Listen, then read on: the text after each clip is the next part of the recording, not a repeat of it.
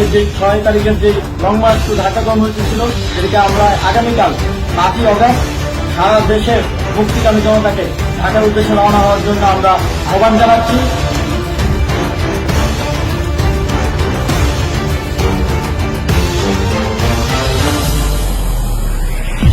বন্ধুগণ, আপনারা March two ঢাকায় অংশগ্রহণ করতে যারা ঢাকায় এসেছেন এবং ঢাকায় যারা আন্দোলনকারী বিভিন্ন জায়গায় আছেন, আপনারা সবাই শাহবাগে আসুন, শাহবাগে জড়ো হন। আমরা শঙ্কা করছি যে বাংলাদেশে গণতান্ত্রিক ব্যবস্থার উৎখাত করে মার্শাল ল জারি হতে পারে, অর্থাৎ সামরিক শাসন জারি হতে পারে।